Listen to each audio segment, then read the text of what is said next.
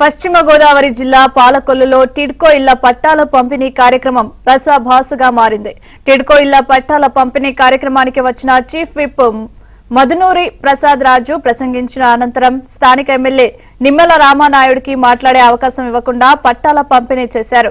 తనకు మాట్లాడే అవకాశం ఇవ్వాలని ఎమ్మెల్యే రామానాయుడు కోరగా చీఫ్ విప్ ప్రసాద్ రాజు పట్టించుకోకుండా లబ్ధిదారులకు పట్టాలు పంపిణీ చేసి వెళ్లిపోయారు. దీంతో ఆగ్రహం వ్యక్తం చేసిన నిమ్మల రామానాయుడు స్టేజ్ ఎదుట బైఠాయించి నిరసన తెలిపారు. స్థానిక ఎమ్మెల్యేకు మాట్లాడే అవకాశం ఇవ్వకపోవడం దారుణమన్నారు. సభా ప్రాంగణంలో వైసీపీ, టీడీపీ కార్యకర్తలు పోటాపోటీగా నినాదాలు చేయడంతో గందరగోళ పరిస్థితులు నెలకొన్నాయి. దీంతో పోలీసులు కలుగజేసుకుని ఇరు వర్గాలను సముదాయించారు.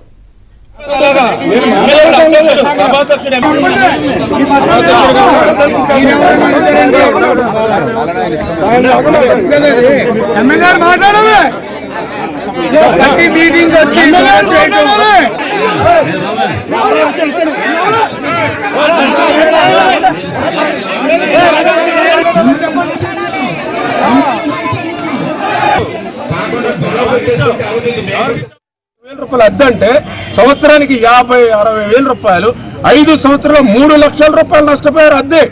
ఈ ప్రభుత్వం నిర్వాహకం వల్ల, ఈ ప్రభుత్వం అసమర్థత వల్ల. మరి వేళ వాళ్ళకేం సమాధానం చెప్తుంది ఈ ప్రభుత్వం? సిగ్గు లేకుండా మరి ఈ రకంగా దౌర్జన్యాలతోటే, కేసులతోటే పోలీసులను అడ్డుపెట్టుకుని చేసేటువంటి పాలన. అందుకే ప్రజలందరూ కూడా ఒకటే చెప్తూ ఉన్నారు, ఈ రాష్ట్రంలో జగన్ పని అయిపోయింది.